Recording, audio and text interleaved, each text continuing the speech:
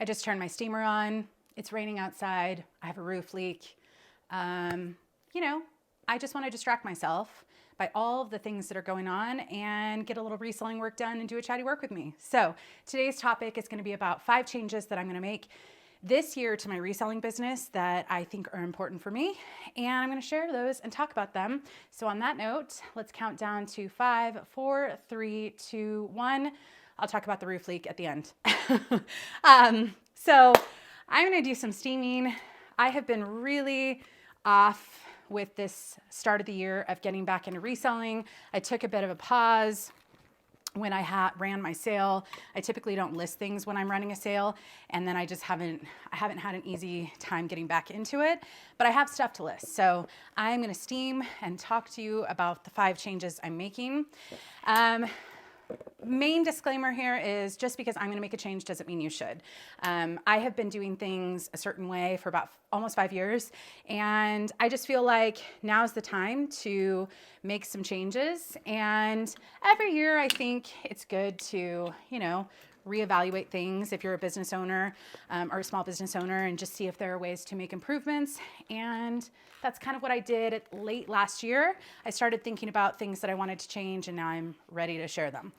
So the first one is, before I get into that, I am going to do a Q&A video soon. So if you have any questions that you want me to answer in that video around reselling, YouTube, real estate, or personal, be sure to leave them down below. I will try to make sure I get to those in that video. I'll probably do it film it in the next week or two. So if you're seeing this in its past 2 weeks, I probably won't get to it. But all right. So the very first thing I'm going to change is a big one that I've been thinking about for a long time, probably since I really started, probably especially since I got on YouTube and I started getting comments from people and even comments from buyers. It's not common, but every once in a while I will get a comment from someone about the plastic that I use to ship my items. So I have had items, so it's raining outside. It has been raining off and on for almost a month where I live, and that's very unusual for where I live. We get 4 seasons here, but we don't get this much rain in such a short amount of time. And so I have drivers who will leave stuff at the end of my driveway, and sometimes they'll put them in a little plastic bag, sometimes they won't, but they will. There's already plastic being used there to try and protect items, but I have had items ruined, or not ruined, but in items that get damp, whether they're boxes or stuff like that, and then those items have gotten wet. And so I've always been, from the get-go, very sensitive. I don't want items damaged. And it doesn't matter what time of year, because someone could have sprinklers. It doesn't matter the situation. You don't know what's going to be on the other side of someone receiving an item, and there could be some sort of water or moisture. And so I've always been overly cautious about that. So I typically will always wrap my items in a clear plastic bag, and I've used those same ones for almost the entire time I've been a reseller. And then I use a plastic poly mailer, or I'll use a box if it's like a pair of shoes or, a hard good or something like that. But for the most part, it's kind of 2 layers of plastic, or Tyvek bags from the free ones from USPS, which is a plastic material. So, in my opinion, it was always kind of like, okay, if that outer layer was damaged, then I at least have this second layer to protect the item. And I still have the same thought, especially with all this rain outside. I don't have sprinklers, so I never have to think about that, but other people do that have regular yards. And so it's just always been something like, I don't want something to be damaged unnecessarily. At the same time, I use a lot of plastic, and probably, if I had to guess, 95% of those items most of the year are not going to go sit in puddles of water, if not more. And so I'm using a lot of plastic that is assuming that the outer layer will be torn and that there will be moisture on the other end. And, I think most of us understand the concerns around plastic usage. Soft plastic isn't recyclable in most recycling programs, or a lot of them. I know it isn't in my area. You can go to your local area and ask about soft plastics and what can actually be recycled and what can't. And this is not a conversation of like, oh, you know, you need to remove all plastics. But could I reduce my plastic usage, especially since I use so much of it with my small business? And so I think I looked up some options, and there's some things I'm going to try this year, and I'm not sure what's going to be the best for me. But I do think there's some decent options out there that might work best, and some changes that I think would be pretty reasonable for me to make. The first one is going to be not to use anything to wrap an item unless it's over a certain dollar amount, probably around that $40 mark. If it's under $40, I will just fold the item and I will put it in one poly mailer, and that will already reduce the plastic that I was previously using in half for that item, because I was using 2 layers of plastic. And just that alone on the majority of items, because the majority of items I sell are going to be under $40. And my thought process there is, if in that small chance that that packaging gets damaged on the outside and then the item on the inside gets ruined, or whatever, then it's a smaller amount that would have to be recovered by whatever platform or by myself. Like the cost to eating the cost of a damaged item would be less if it was an item that was less than $40. So, and I don't want any item to get damaged, but again, I'm just trying to think reasonably of that makes sense to me. It would be easy to recover those costs versus maybe like a $300 item. So for anything that's, I've got steam bath going. If for anything that's like more expensive, I think it makes sense to still have that layer of protection, because then if it does get damaged, it's more to, you know, to refund and whatnot. So that's the first one. Now I'd still have that layer of plastic, which I think I can do a little bit more with that as well. So I typically I use the Tyvek free ones from USPS for most Poshmark sales. And those are, and I'm not going to get into details. If you want to go look up, Google Tyvek material, what is it made out of? Is it a plastic? It apparently is a form of plastic, even though it feels a little bit different. And I'm not an expert on the subject, so please go read if you are interested. But I use those because they're free and I can use them with Poshmark packages. And then for eBay, I use my shipping supplies coupon, and every quarter I get $50 to spend, and I buy white poly mailers with black, like a black eBay logo on it. And I think the breakdown is around 18 to 20 cents per poly mailer, depending on the size I get, somewhere in that price range. And, you know, they get a little cheaper if you buy more, and I typically buy them, you know, as much as I can for that $50, but that's pretty much what I'm spending on the eBay items. Now I might ship it priority mail if it's, you know, heavier or something like that, in which case I get the supplies for free from USPS. But the majority of just regular clothing items, they go in a poly mailer, and so I just know that's the cost. But again, I also put that extra layer of clear plastic with a little thank you sticker. So I think, last time I went to go order eBay supplies, I decided to see if there was anything that wasn't plastic. Now their poly mailers, from what I can see, they do not claim to make to make the poly mailers with any recycled plastic. They just say they are recyclable. But when you go to your local or many trash pickup websites, they'll tell you what is recyclable, and a lot of soft plastic just can't run through those machines. So then it ultimately ends up in the landfill. There are programs that can deal with soft plastics, but you know, again, it's so specific and sometimes you have to go through the extra work. So I would prefer to use plastic that is 100% recycled materials or close to, if I have to use plastic. And so those bags don't appear to be the most environmentally friendly. So I saw these. They are a cardboard material. These are even like a paper pull tab thing.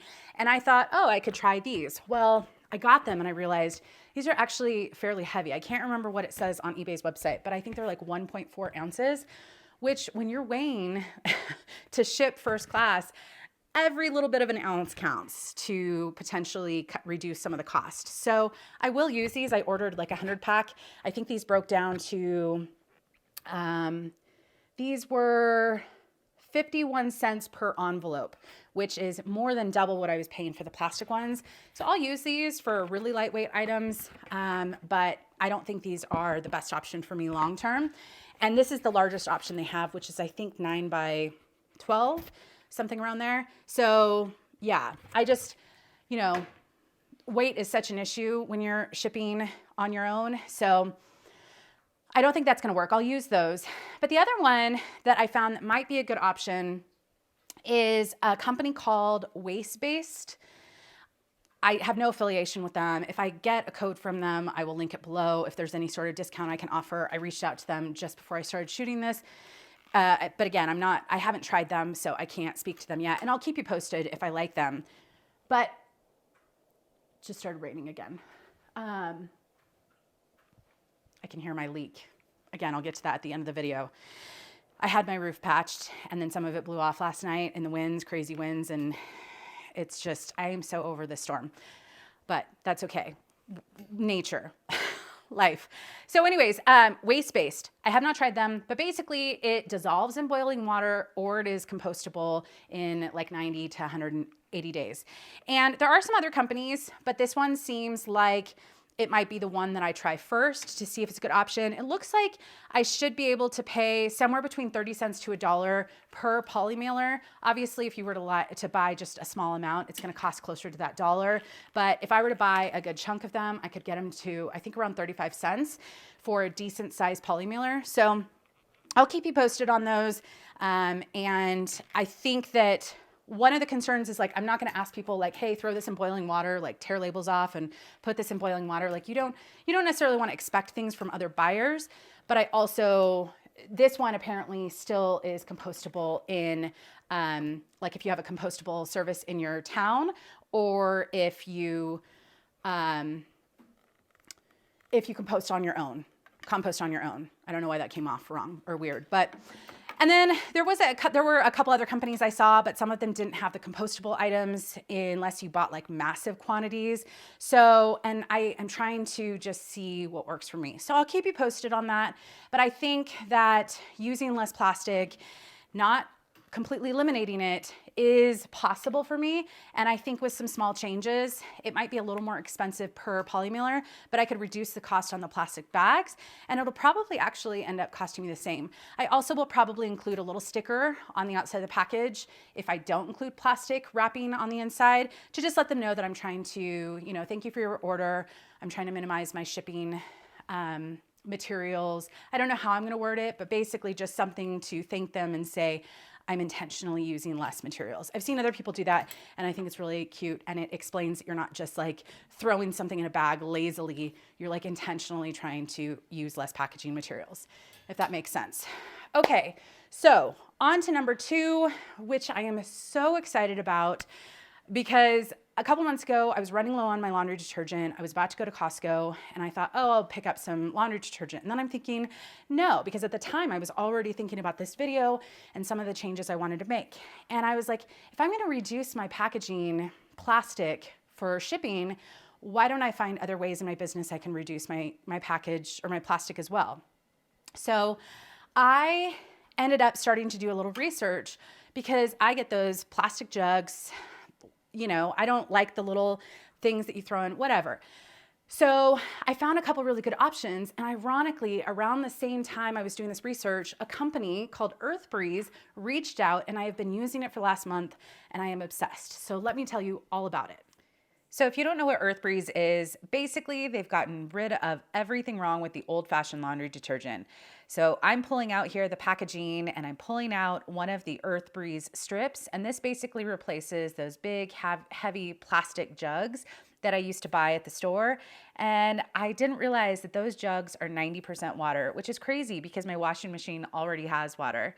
Also, I learned that 700 million laundry detergent jugs end up in the landfills and oceans every year, which is really sad, to be honest. So EarthBreeze is awesome because it's super compact, biodegradable, and plastic-free.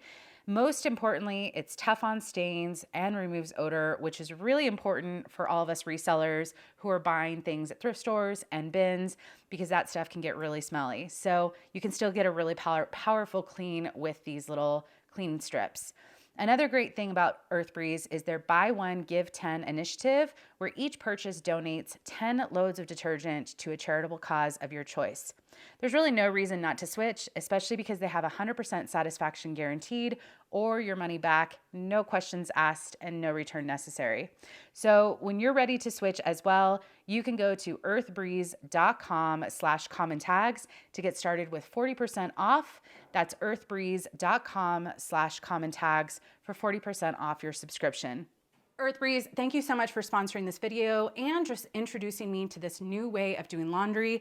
I'm feeling so good. It saves me so much space in my cabinet, and I have very limited cabinet space in my house.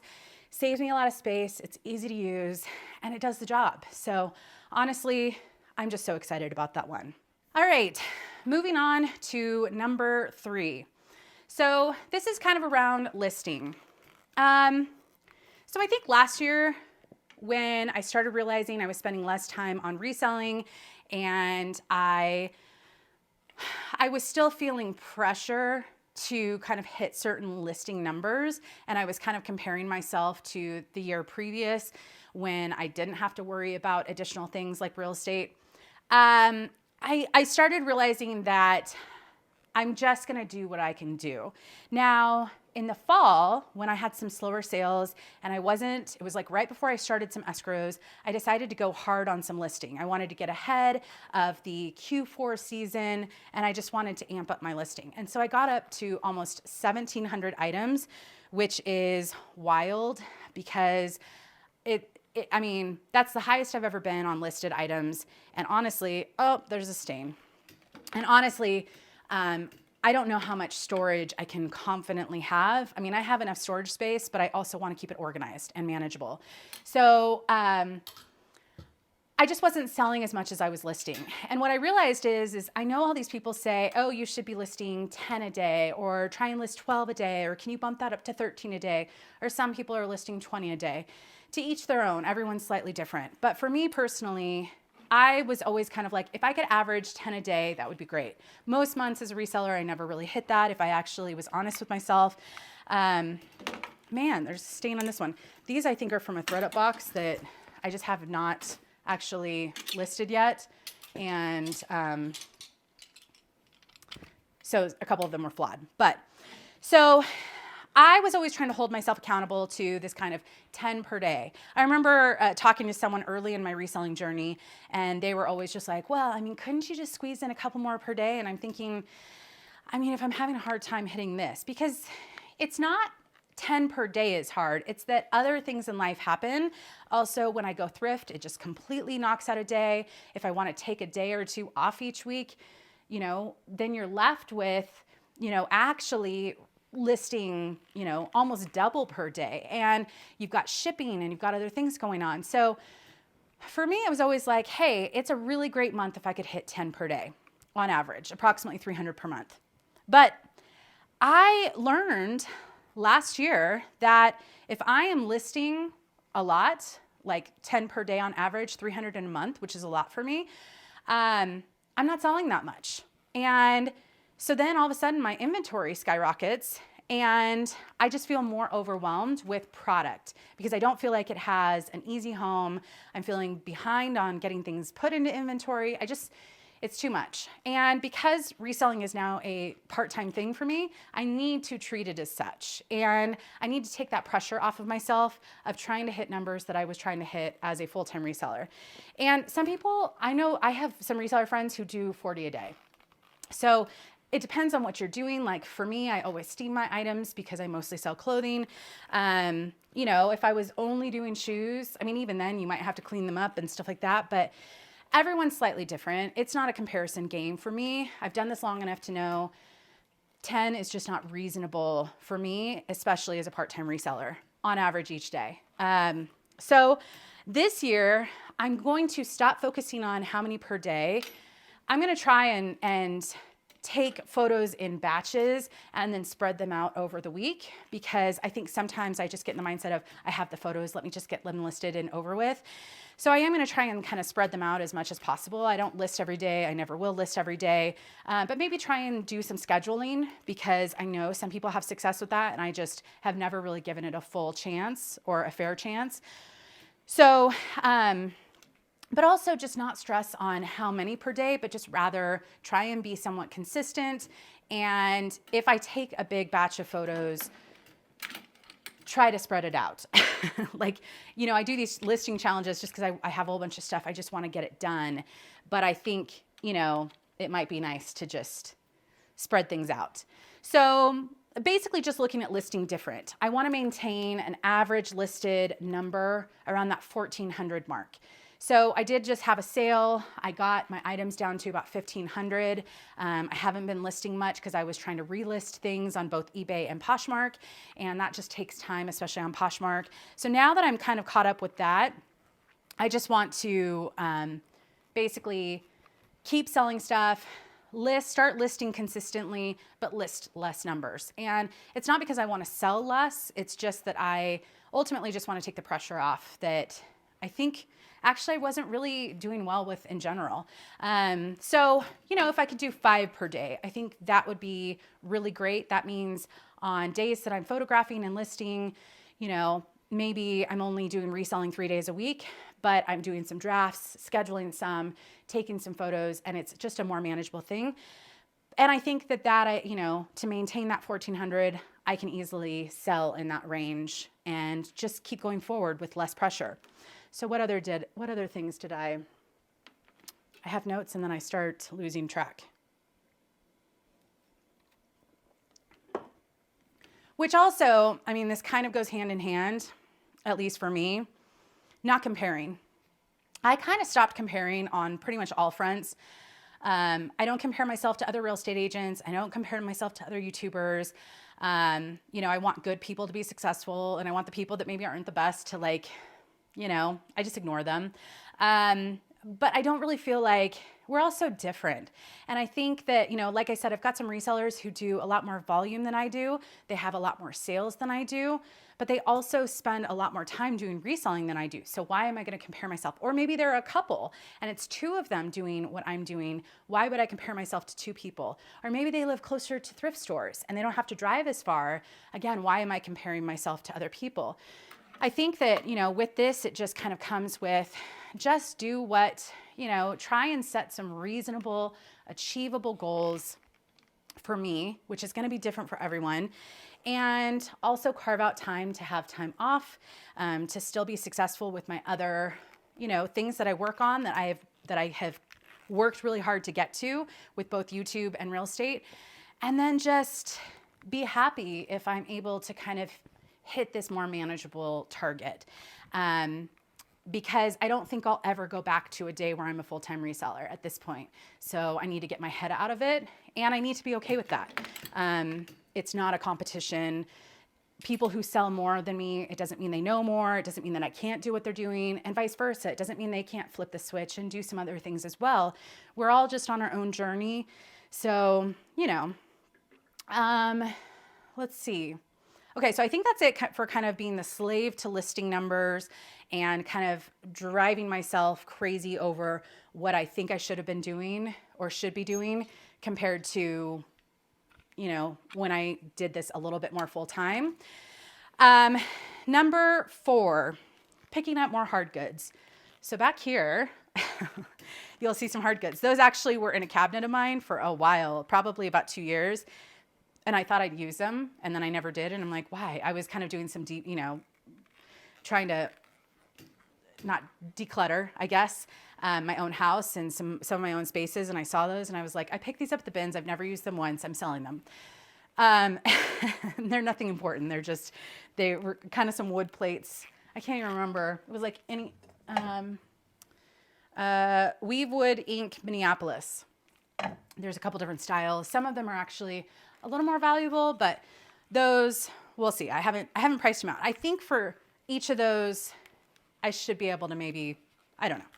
They're nothing super valuable, but I think I can turn a profit on them. But I think one of the problems that I've noticed, especially in the last 2 years, basically since, you know, COVID, was I had limited time at thrift stores, and I felt the obligation to pick up large quantities of stuff, not only to maintain my reselling numbers, listing numbers, but also have these big clothing hauls for YouTube, which I like, and I'll always do those. I like watching them. I like putting on a long haul and working with someone and seeing the variety they pick up. I like seeing people who pick up, you know, all price points. And so, you know, I'll always do long hauls. But these days I'm doing less YouTube videos. I'm only doing, maybe one a week.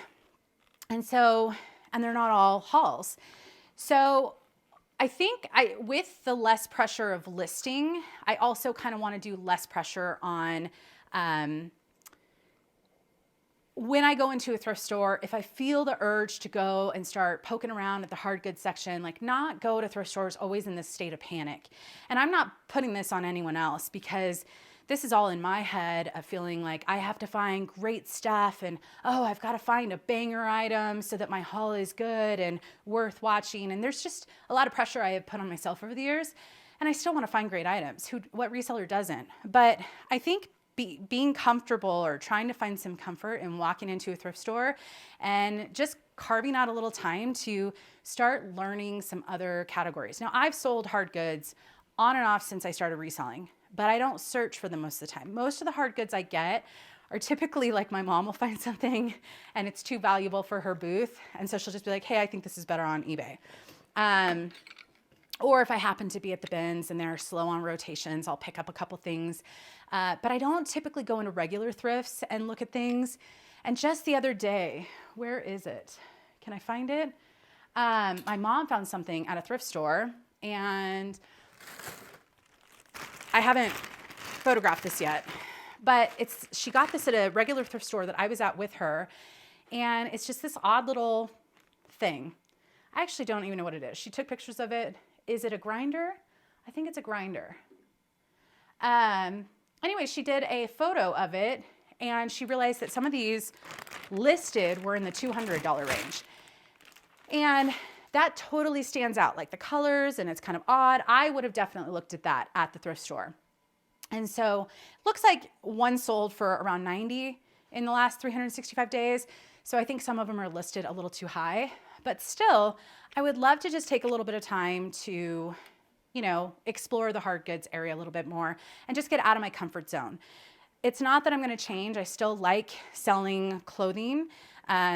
It's still where I have the most knowledge and probably will for some time. And I'll still have my clothing hauls. But if I can periodically just take a pause and go over to hard goods, I feel like I would become a better reseller. It would keep things more interesting for me. And I'll throw in a pop every once in a while of a thrift haul or a bins haul with some stuff that, maybe is just a fun little accent piece to a haul full of clothing. Because I think that's one of the things I love about following a variety of resellers on Instagram is I follow a lot of hard goods sellers, and I love seeing the variety of stuff that we all pick up. I think that's what's so much fun about being a reseller is we can really just, we can do what we want to do. We can sell what we want to sell. And I am here for it as long as it's kind of moral and ethical and whatnot. So I think just getting a little outside of my comfort zone, not feeling so much pressure, which again, that's me putting on myself, and just enjoying that process a little bit more. I'm excited to do that. It's not going to mean that I have a whole bunch of hard goods hauls, because I won't, but I'm excited about it. I'm excited. I also don't like storing hard goods, which is the other thing. So again, it will be like, a few items a month, but hopefully a few high dollar items a month that can help me get excited, there's always new brands with clothing, which I love. And there's always, new things you can do just in general. But I think hard goods, a little bit more time looking for them is what I want to do. All right. And then number 5. So this one's a big one, more just life. This isn't just reselling specific, but definitely applies to every aspect of my life. So I listened to a podcast a few weeks ago, and this was by Hidden Brain, which is a podcast I listen to pretty regularly. And the title really stood out to me. It was called How to Complain Productively. And if you've ever listened to this podcast, you probably know the host. He's just, I don't know. I think he's a great host. I think he's very relatable. He's smart. He asks good questions. But in this podcast, which, you can go and look for it on all your podcast things, but and I'll write it down below in case you need to go check it out. But basically, he was talking to a social scientist, and the concept was the social scientist was unhappy at work. And him and his coworker, the social scientist, I think, was a professor. It's been a few weeks and I'm trying to remember the best I can. But I think they were professors at a university, and they were unhappy with someone, maybe a boss or something like that. And they were complaining to each other, as sometimes coworkers do. And he said, it just felt great. It felt like I was getting the stuff off my chest. She would come back and say, yeah, like, I totally agree. They're terrible, or that's terrible, or whatever it is. And he thought it made him feel better. When in reality, they actually did some research on it. I actually have a degree in social science. So social sciences, you can still do studies and stuff like that, but it's more on social behaviors. A lot of the categories that fall under social science are sociology, anthropology, psychology does go in there, but more on the people and groups of people that you're studying, human behaviors and societal behaviors. Anyways, I'm fascinated by it. I could bore you to death with it, but he wanted to study complaining, and does it really do any good? And this whole podcast, which was like, 45 minutes, I'm sitting here going, yeah. And then all of a sudden I'm realizing, oh. And, for example, I'll do thumbnails to try and get people's attention. But when you actually listen to me, I'm usually trying to explain a situation and then also talk about the solution to it. And I think that's the difference. I'll always share what's going on with my reselling business on this channel because I like hearing what people are going through personally. And I think, that's what it is when you're sharing your life online. You do share things that are going on. And sometimes they're not the best things. But I think there's a difference between, is it complaining or is it just talking about a situation? How can you tell the difference?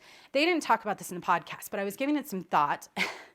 And I think it's totally fine to say, yeah, this thing happened today. I'm just going to use some examples to try and, which of course I don't have any in mind, but say you go to a thrift store and they raise the prices. Typical behavior that I see from myself and other resellers is I'm going to go on Instagram and post these crazy prices. I'm going to say, what are these thrift stores thinking? Because, we want to buy products at a price where we can flip it for a profit. And some of the prices in thrift stores in my area, all the thrift stores, not just one chain or one type of store, all of them can mark some things up. And it's kind of crazy at times. So the difference of sharing that is I can still talk like, hey, I went to the thrift store. Maybe I'm doing a thrift with me and I'm like, wow, these prices are a little steep for me today. I can say that, but then also share, but that's okay. I'm going to leave. There's another thrift store down the street. Not a big deal. I'm going to move on and move up, so it's me talking about a situation, but not complaining about it, because ultimately what this podcast and research shows is that while it may feel good to complain about things because you want people to kind of agree to make you feel like you're not the only one and you're right and all of this stuff, it actually just stays in your mind longer and the pain just stays with you longer. So the pain and frustration of whatever it is that you're wanting to complain about just stays in your head longer. And then it's taking up that headspace unnecessarily. And I always think of my poor parents who had 3 daughters. And, I think that because we are a very close family, my sisters and I would call my parents often, even when we were out of the house, and we would talk about things. We would talk about work. We would talk about, friends. We would talk about whatever.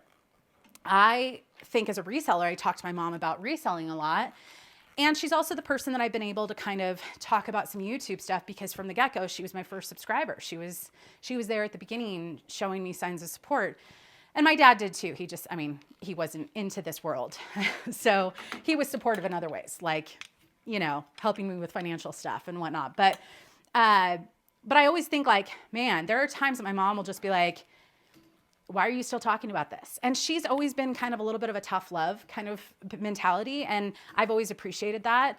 It's hard at times because sometimes you just want to complain and she just doesn't really allow it. And so when I was listening to this podcast, I'm like, ah, man, my mom was right all these years. Not right. I mean, Mom, if you're watching this, you're not always right. But I think that dwelling on things that are really out of your control doesn't actually help you all that much. And I'm guilty of this. I'm guilty of this in every aspect of my life. And, you know, so like some examples for me that I complain about: sales. Let's say sales are bad. Oh, I'm going to go make a YouTube video. Like my last Chatty Work With Me, which was not well viewed. I think it must have been my thumbnail, or maybe people are just not like me, not ready to get back into the swing of work in this new year, which is totally fun. I can relate. But I was talking about how my Poshmark sales had tanked, and I thought it was Poshmark, and I was going to blame Poshmark. And then I realized there was something on one of my settings that wasn't sending out auto offers, and that actually contributed to low sales. And while I said I think Poshmark is still playing a part, man, my heater is on and I'm in the attic and that heat rises, so it's getting toasty. But while I do think that Poshmark changes have affected my sales, basically I was going to go on and make a video talking about how frustrated I was with my bad sales, partly so people don't feel alone. But is that doing anyone any good? And I don't know. I mean, I'm looking for content, but on the other hand, and I am trying to think of problem solving, because that's the difference, you know, like if you're talking about a situation and coming up with solutions, I don't necessarily think it's complaining. I think it's just you're explaining the situation and how you overcame that, which I think is a positive thing. And I definitely try to do. But sales, I mean, it's easy to complain about low sales. Thrift stores, it's easy to complain about when it used to be a honey hole and all of a sudden the prices went up. Resellers came in and swooped everything good up. Like all these things you can complain about thrift stores. Bad thrift days. Oh man, when I have to drive so far and I have a bad thrift day, like there's nothing more than me wanting to complain about it. Poshmark, that's like a go-to for me. And you know, I try to be reasonable. I have a lot of pro Poshmark people that watch this channel, and I do like aspects of Poshmark, and I do give them credit when I think they do make improvements. But it's an easy target for me because it's the platform I've used the most. And comments, Instagram, YouTube, when I get people, you know, one thing I think that's really a tough pill to swallow is when you share your opinion, people are going to share their opinion back, or just the unsolicited advice or opinions that people share when you put yourself out there. It's not wanted most of the time, but you get it. So you just have to accept it and not complain about it. I'm talking to myself. I've had these self conversations a lot. YouTube views, you know, the one thing I've learned with YouTube is you're going to have these ups and downs, and hopefully it kind of goes like this, but it's always going to have these ups and downs. And so I think that, you know, just looking at those things and maybe instead of going, oh man, like I can't believe this is happening. And oh my gosh, can you believe it? Like I'll use Amber Resells as an example. We don't talk as much as we did before, partly because I think we're both pretty busy at the moment, but we used to talk almost every day, and it would be like something would happen and I'd be like, oh my gosh, we'd video chat and I'd go send her a video message and I'd be like, oh my gosh, can you believe this? And, you know, she'd come back and she'd say something. We'd have this whole conversation about it. And that's just where I'm starting to learn, or at least this year, a big change I want to make is just complain less. You know, why let that take up more space in my life than it already has? If it's a bad video, move on to the next video, stop dwelling on it, stop talking about it. It's not to say you can't try and problem solve from certain things, but, you know, can you really go back and, you know, yeah, you can change thumbnails, you can change titles, you could do, at some point you just have to walk away and just move on, you know? Again, me talking to myself, which is a lot of this. So I think that, you know, these 5 things, I've been stewing on this video since before the new year of I knew I wanted to make some changes and I wanted to kind of share it.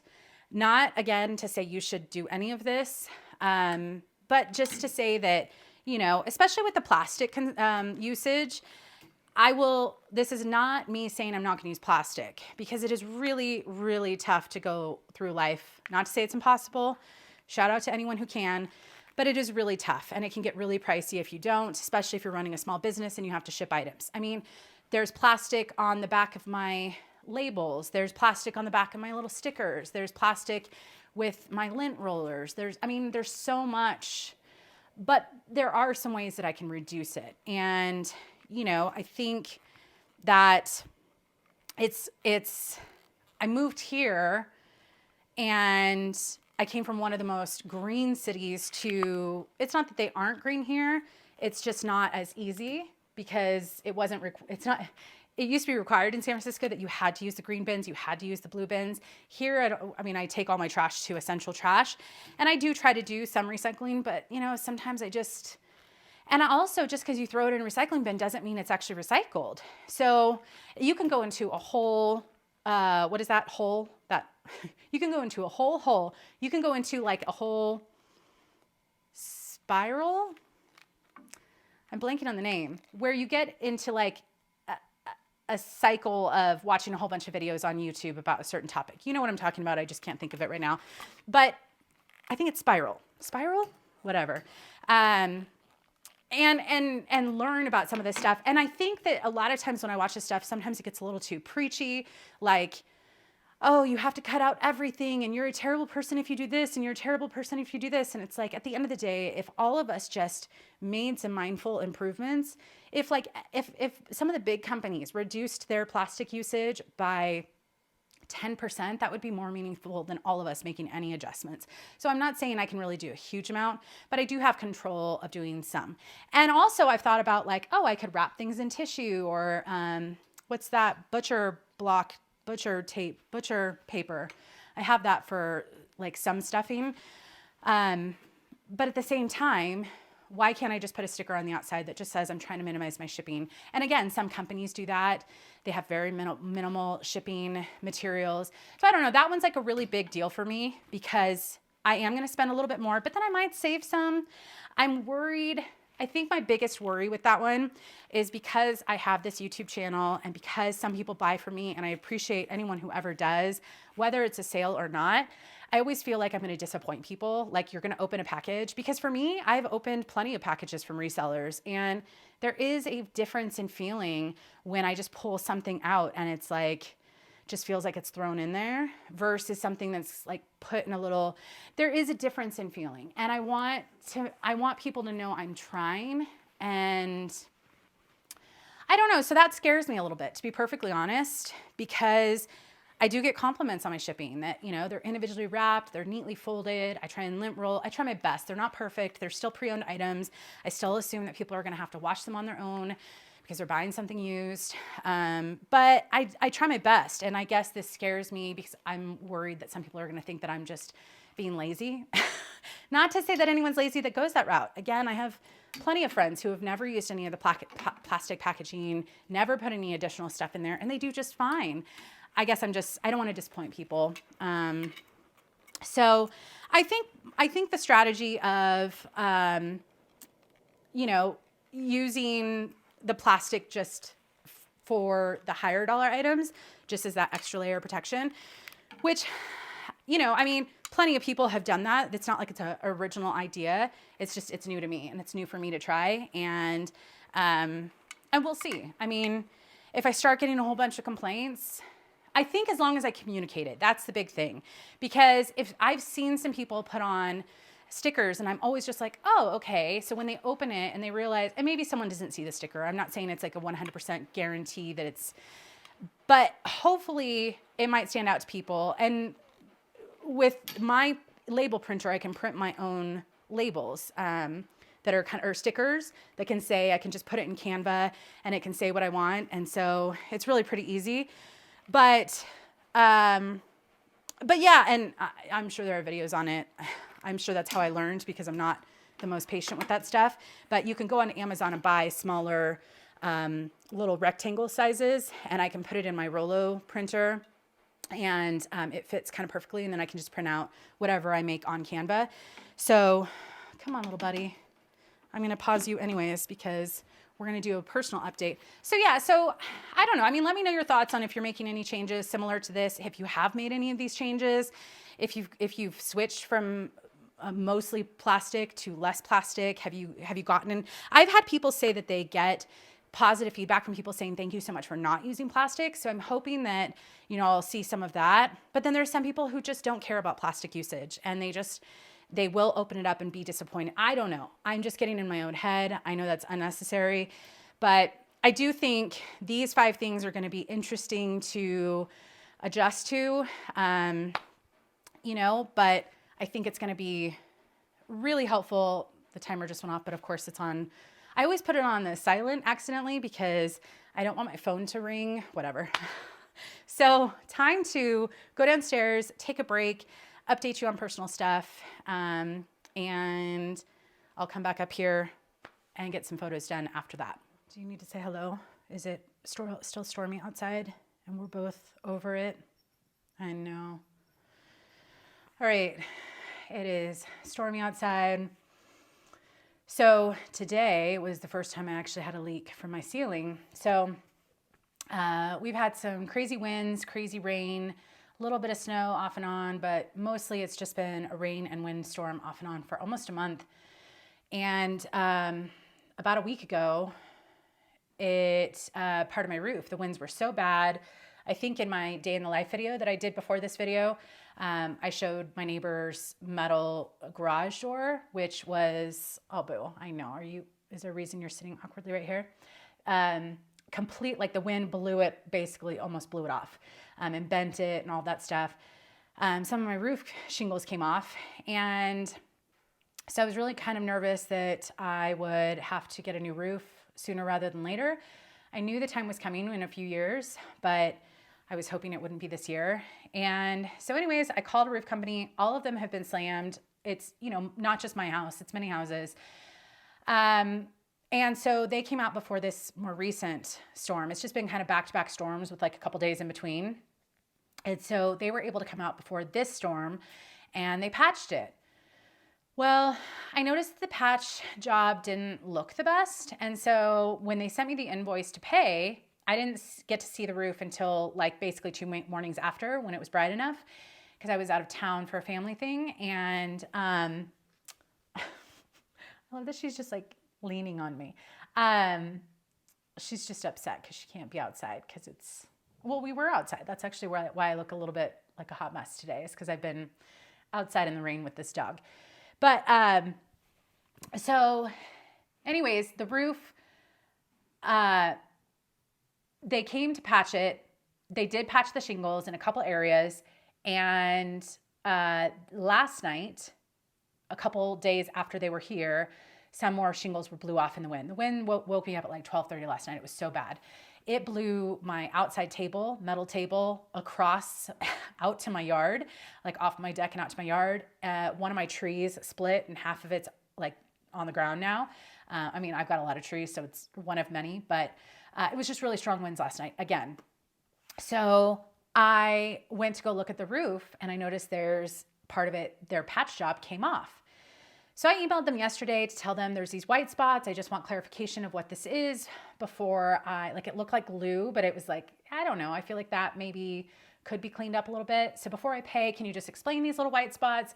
And I sent a picture, and then I sent them another email today to say part of the patch job came off. And mind you, we already talked about the fact that I will need a new roof in approximately 2 years. And they thought, okay, this patch job should hold you over until then. But this was a $1,500 patch job. Like if I'm spending that kind of money, I want it to last more than a couple days, which obviously they'll come out and repair. Like I'm not worried about it. I was just lucky to find someone, and it's a licensed company. I was happy that they were able to fix it, but it's not fixed. And ultimately the part that came off last night is now leaking, and it's on one of my beams. The problem is I'm in an A-frame, and so my ceiling, there is no attic space. So you can see it will leave watermarks on my ceiling. And there's a couple watermarks over there that I just discovered when I went up there. It's so overwhelming, and I'm not complaining because this is life. I'm just overwhelmed because a new roof is very expensive. And even though I'm selling houses, I'm trying not to use all of my commission on just like one thing. I'm trying to divide it up so that I am paying the IRS. I am putting money into savings. I am putting money into my retirement. And so I don't have the money for a roof right now. I'm going to have to sell some more houses this year, which I plan to, but I'm just tired of this storm. The storm, the wind has been knocking, like battering my roof. And then this water is never ending and it's now leaking in my house and it's going to create spots. And it's just, on one hand, I love having an A-frame. On the other hand, it's just, if I had an attic, it would all be hidden. I don't know. I mean, it's not the same thing. Everyone has problems with houses. And I know that when this is resolved, you know, there's problems all the time. I mean, it's just part of life. And so I'm just trying to have a not so worried or anxious outlook on it. But at the same time, it's hard. It's just hard sometimes being an adult. You know, we all make jokes about it, but sometimes it's like, I just want to run away and not deal with this stuff. And that's not the solution. That's not the mature thing. But sometimes that's how you feel. And I'm no different. So that's my roof update. Today's a holiday. So when I'm filming this, it is Monday, Martin Luther King Day. And so I'm not assuming to get a response until tomorrow, but they do have pictures and hopefully, but they can't really come out tomorrow because it's supposed to be raining all day tomorrow or snowing. So it's not like they can really do much. So it's basically, I just have to ride this storm out. It does look like we have sunshine and no rain in the forecast for a bit, which, you know, oh my gosh. And it's not like winter's over for us. I mean, and I don't even want it to be over. I just want this constant, nonstop, what feels like nonstop, to just give us a break. Because, you know, obviously my house can't handle it. And the dog is just, she's not happy because she likes to be outside more. And, you know, she smells like a wet dog right now or like off and on. That's my roof update. I'm going to be okay. It's life. Everything will work out. I'm confident in that.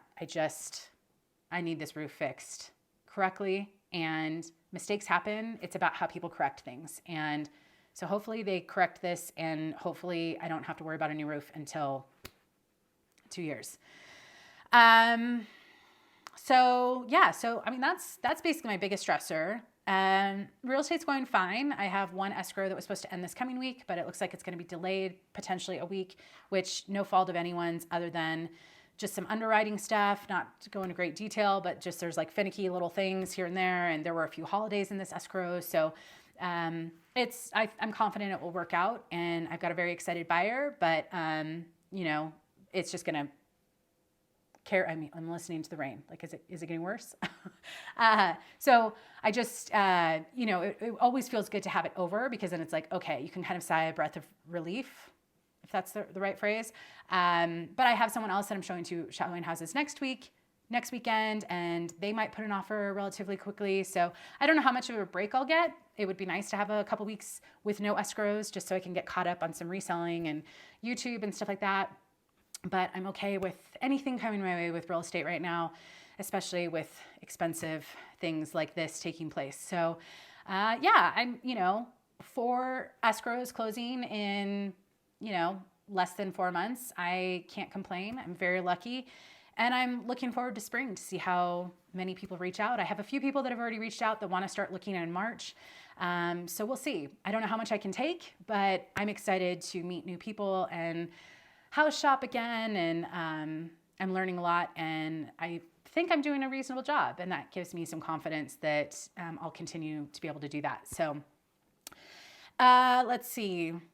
I do want to go camping, which I feel like I say this all the time, and I just, you know, I do it more for taking a break, but also to have content for my second channel, which does make a little bit of money, and I did work hard to build that channel up, but it's just the lowest priority because it's just not, it doesn't make the most, or it doesn't make very much.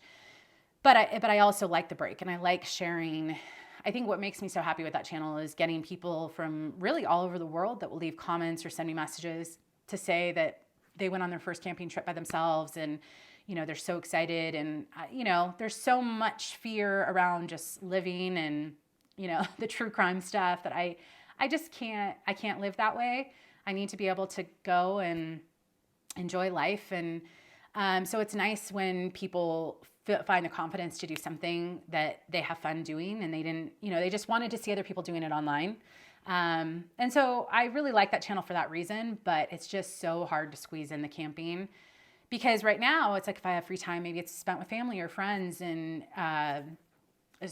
but with all this great rainy weather comes lots of green hills and green mountains. And so I think hopefully in a couple weekends, I'm going to go. There's a place that I haven't been to that apparently has some early wildflowers, like spring wildflowers that are blooming early because of our early rain. So I'm kind of excited to maybe go check that out, weather dependent and real estate dependent, but fingers crossed I can go in 2 to 3 weeks, find a couple days and just go do that, take the dog and go camp, and obviously get a little footage. But I wish I had all the time in the world these days, but right now I'm just, and I am carving out time for myself, like I am trying to balance my days to take time for myself, but that just means it's harder to take full weekends off. Right, Bill? Why are you awkwardly sitting right here? I have a new rug that I don't think I like. It wasn't very expensive, but it still needs to, it's like, how when you unroll them, sometimes it takes a little time for them to flatten out. I mean, I'm glad you're cuddly right now, but let's see, what are we doing on time? So, the rug, that's actually a perfect segue. So here's a sneak peek.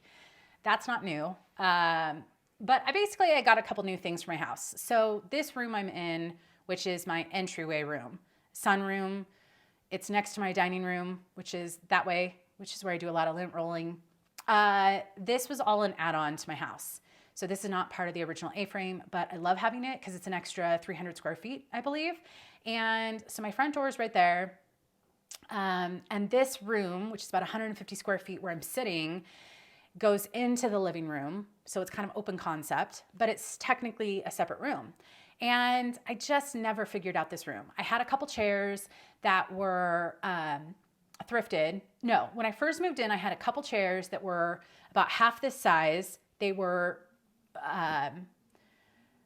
they were just small. I don't even think I could find a picture. They're kind of the size of the chair in my office, which I still keep in there, even though it's just tucked under because I stand at that desk. But it just not a big chair. And when you're moving into a new house, not everyone has the money to just put in all new furniture, or even, I moved from a studio apartment to a 1,300 square foot house. So, of course I was going to have to buy. So I bought a new bed for my bedroom. This dining room table was thrifted. I had to buy these chairs for my dining room table because my dad stained the table. I bought a couple little odds and ends at thrift stores, but basically the only new things I bought when I bought this house was, I'm trying to look around, a TV stand, bookshelf stand, which is tiny. It was not anything big. The chairs for my dining room table, the rug for my, under my dining room table, and my bedroom, the bed. But everything else was either from family, or like they were getting rid of something and I took it, or it was from a thrift store or an antique store. So anyways, the entryway I've never liked. My dad actually painted this room because it was dark brown. Half my house was kind of this dark brown stained color. I feel like I've explained this 12 times, but and most of it's almost all of it's painted. There's still a couple areas that are higher up that I'm going to have to pay someone to paint, which is on my to-do list. Might have to wait until after I can get my roof done, so I might have to live with it for another year, but it is what it is. This is homeownership. Most people can't do everything up front, and I've made significant improvements. And my dad painted a couple areas lower, so this room used to be dark brown. Not great, but it's a cabin. Who cares? And so I had a white little entryway table. I bought it at it's not even an antique store. It was kind of like they upcycled stuff, furniture in my small town, and I bought it and it was cute. But then when the walls got painted like a cream color, it didn't pop. It didn't look right. And then the chairs, they started getting sun, like the sun beats down on the side, and so they started fading on some areas. So I got rid of the chairs. I found some chairs at a thrift store, and I swapped those out. And those have been here for a couple years. I paid them like $20. They were not great condition, but they were usable. They were a little bit bigger, and I thought these are just here temporarily. I'll find other chairs at a thrift store. And I think that's the problem with being a reseller is you're like, oh, I'll find something at a thrift store. But sometimes you just don't. You don't find something that will work in your space. And so finally, a couple weeks ago, I just realized if I just spent $1,000 and got a couple pieces to upgrade my space, make it feel a little bit more complete, then I'll like being here more. It's not that I don't like being here. I just felt like I was feeling mismatched. Nothing really went together. It didn't feel like my space. It just felt like I was living in a thrift store. You know, sometimes you just get those complexes, or at least I do. So I bought some new chairs. I love these. I love this. I mean, it's like my hair. It's why I like wearing green. I love the contrast of this, you know, kind of terracotta color with a certain shade of green. So I got these chairs. They're awesome. I got an entryway table. I'll show a walkthrough when I get everything in. I did get this rug, which I knew was gonna possibly not be the right color. It's fine for now. It's bigger than my old one. My old one was from a thrift store and it was stained and I didn't know it. So I've been living with that for a year. So I got another couple more things that are coming and I still need to figure out a little bit of art. But ultimately, I think I've spent $888 and I gave myself $1,000 that I was going to spend. And then I'll keep an eye out for things at thrift stores. It's not going to be done, but it'll be a little bit more my style and a style. And so, yeah, I'm really excited. And I'll definitely show you guys when it's a little bit more done, when everything's come in. But that's basically my update. Right, dog? Do you need to say anything? I know. Are you sad because it's raining again? Me too. I just want this rain to end so it stops leaking down my roof. Fingers crossed they can just fix my roof, and fingers crossed we could just go back. No, we need rain in California. I don't want to say I don't want rain in California, but I'm done with this storm. I just want a break from this storm, you know? Get my roof fixed, get a break. That's it. Be sure to hit the thumbs up. Leave a question for a Q&A video coming up if you have any, and I'll see you in the next one. Bye.